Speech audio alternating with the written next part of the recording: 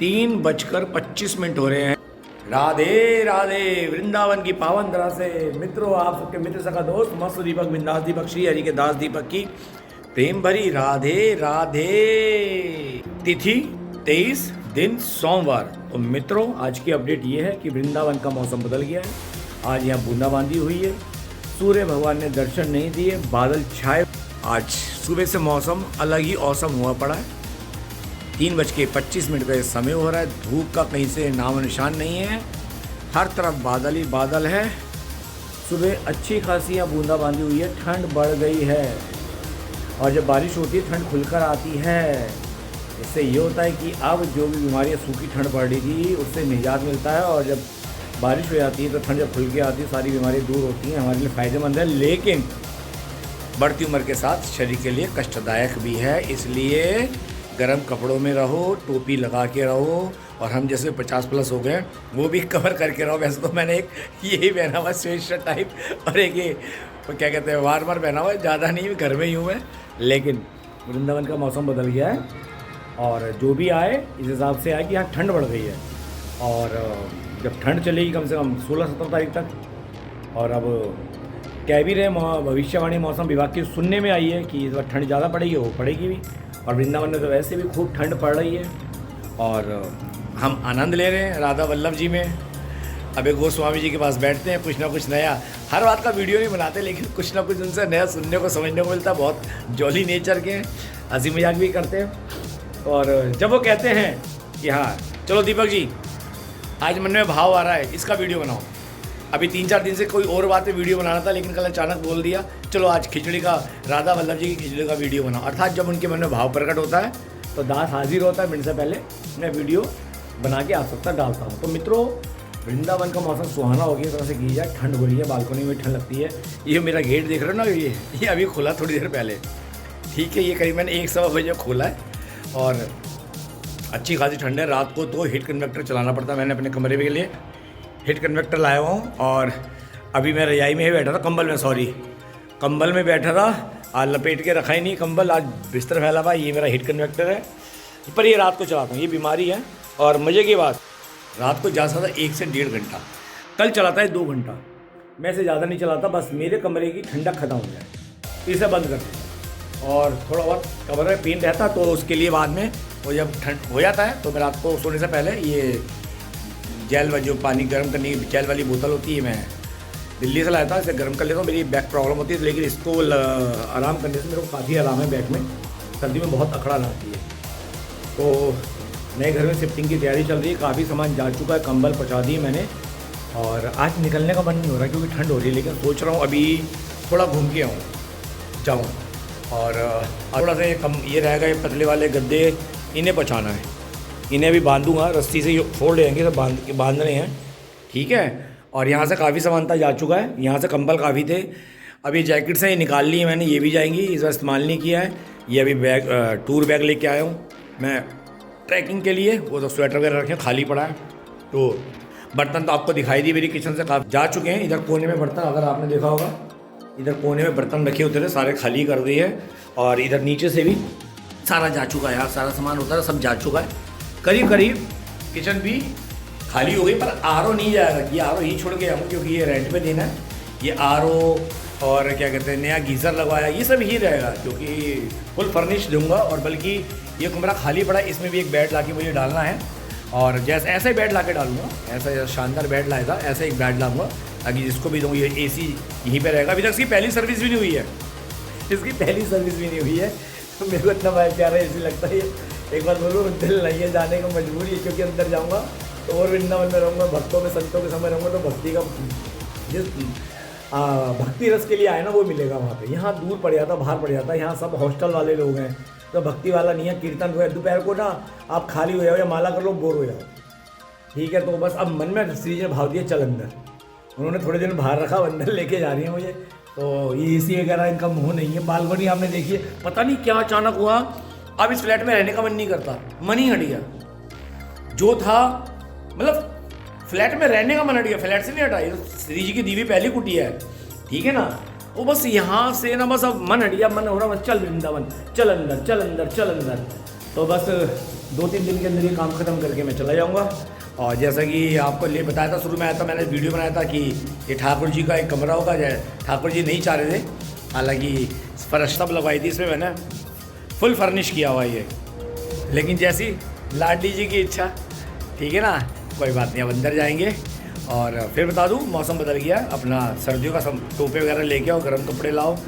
और वृंदावन में 31 तारीख से भीड़ होने वाली है, ठीक है, आज 23 तारीख हो गई है। तो मैं एडवाइस दूंगा, वैसे तो नया साल हमारे चैत्र के महीनों में होता है, ठीक है, चैत्र के महीने में माँ के नवरात्रे आते हैं अप्रैल में, हमारा नया साल तब होता है। रात को 12 बजे के बाद भूत प्रेतों के होते हैं नए साल, 12 बदलते हैं, दिन बदलते हैं, वो दिनांक डेट बदलती है। हमारी संस्कृति की तिथि सुबह सूर्य उदय के साथ शुरू होती है भाई, सूर्य उदय के साथ ही हमारे व्रत शुरू होता है, सूर्य उदय के साथ ही हमारा उपवास शुरू होता है। व्रत देवी देवताओं के होते हैं, उपवास श्री कृष्ण का होता है, अर्थात जो होता है सूर्य उदय के साथ होता है, भोर से चालू होता है 4 बजे, जो हमारा देवताओं का उठने का समय होता है। और हमारे ब्रज में तो संत 2:30-3 बजे अपना बिस्तर छोड़ देते हैं, 3:30 बजे तो अपने पूजा पाठ में बैठ के माला जप में बैठ जाते हैं। यहाँ की सुबह तो रात को 2 बजे हो जाती है, क्योंकि संत उठना शुरू हो जाते हैं, संत भगवान जितने भी हैं। हमारे प्रेमानंद बाबा रात को 8 बजे सो के रात को 11:30-12 उठ जाते हैं, फिर 1:30-2 बजे परिक्रमा में आते हैं, अपने आश्रम पहुँच जाते हैं। तो वृंदावन में या अयोध्या में जो भी संत होते हैं, वो तो अपने 2:30 बजे तक उठ के अपना पूरा नहा धो के 3:30-3:15 सेवा में लग जाते हैं। क्योंकि जो ब्रह्म मुहूर्त होता है, हर चीज़ का एक मुहूर्त होता है, सगाई का मुहूर्त होता है, लगन सगाई का, शादी का मुहूर्त होता है, गृह प्रवेश का मुहूर्त होता है, गाड़ी खरीदने का मुहूर्त होता है ना हर चीज़ का। वैसे ही भगवान से मिलने का सुबह ब्रह्म मुहूर्त होता है, ब्रह्म मतलब परमात्मा से मिलने का। तो उस समय जो नाम जप करता है उसका कई गुना फल मिलता, प्लस वो सीधा, क्योंकि उस समय आदमी कुछ नहीं करता, अगर सुबह उठ के बिगड़ नहाए धोए अगर सीताराम सीताराम राधे श्याम या हरे कृष्ण गोविंद हरे मुरारी हे नाथ नारायण वासुदेवा या लक्ष्मी नारायण का जो भी हरि का नाम जपता है, उस पर देवताओं की कृपा बरसती है कि ये प्रभु का भक्त है, सुबह उठ के प्रभु का नाम जप रहा है, प्रभु इस पर कृपा बरसा रहे हैं। और ये कृपा तभी बरसती है जब प्रभु कृपा करते हैं। इसका मतलब ये नहीं कि आप नहीं करना चाहते, अगर आपके मन में भाव आ रहा है तो समझ लो प्रभु कृपा हो रही है, किसी भी वाणी के द्वारा, चाहे संत की वाणी के द्वारा या भागवतचार्य जो व्यास पीठ बैठे उनके द्वारा मन में आता चलो मेरे को उठना चाहिए, तो प्रभु ने आपके मन में प्रेरणा दी कि उठ और मेरा नाम जप।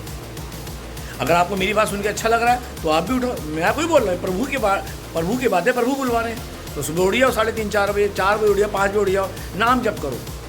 सुबह का जो उसका समय होता है वो 4 बजे के आसपास का होता है, सुबह का ब्रह्म मुहूर्त का। तो आप 3:30-3:15 में अपना नाम जप शुरू कर दो, बस खूब करो, 6 बजे तक करो, आनंद करो, आधे घंटे करो, उस समय उठ जाओ, भले ही बिस्तर में बैठ के कर रहे हो, भले नहाए नहीं हो, अभी गृहस्थ में नहाए नहीं हो, लेकिन उठ जाओ आधे घंटे के लिए, बाद 1 घंटा करो, फिर सो जाओ बेशक, वो बहुत उसको फ़ायदेमंद होगा।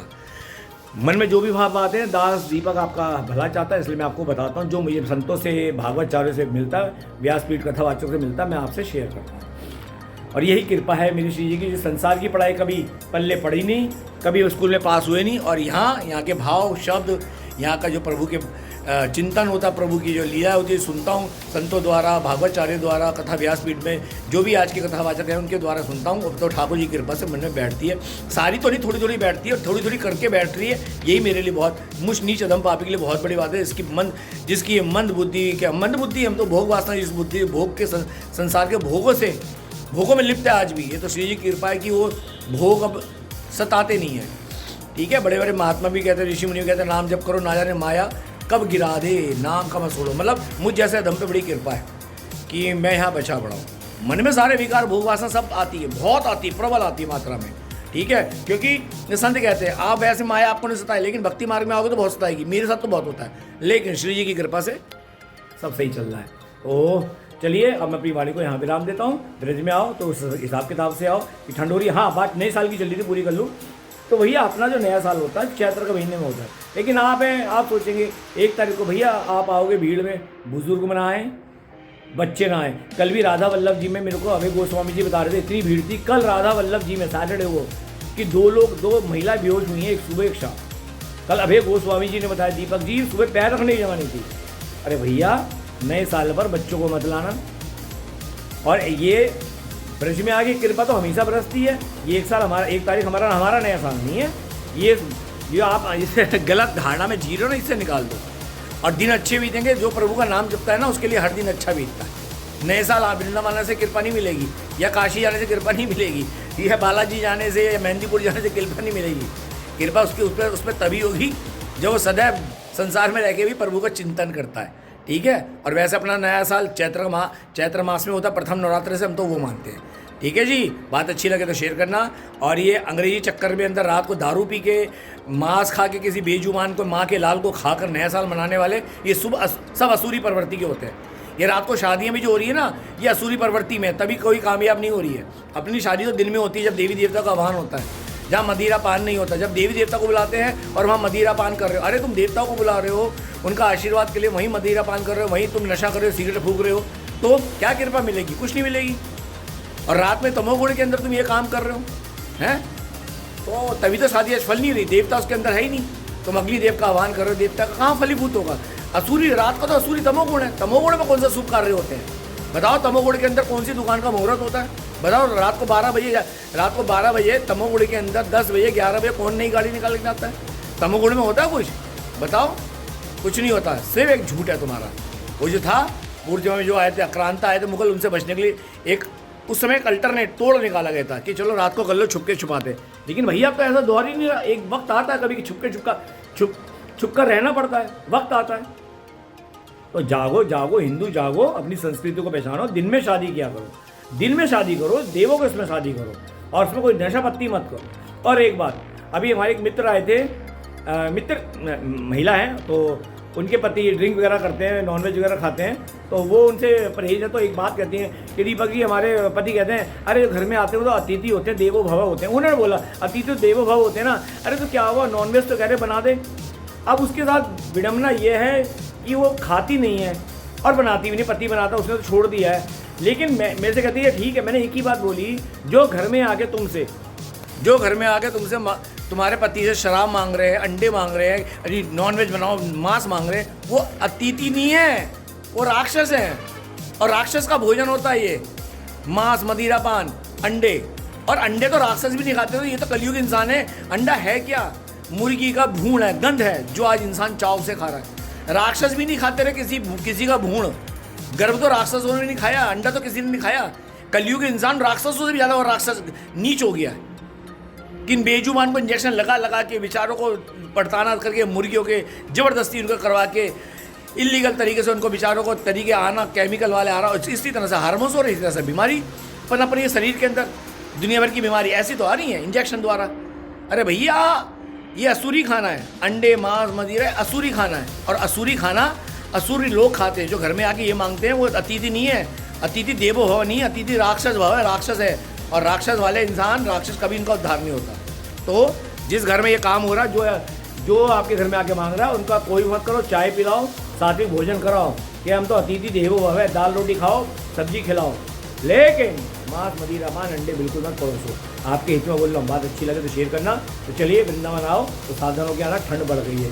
तो वाणी को यही विराम करते हुए आप सभी को प्रेम भरी राधे राधे।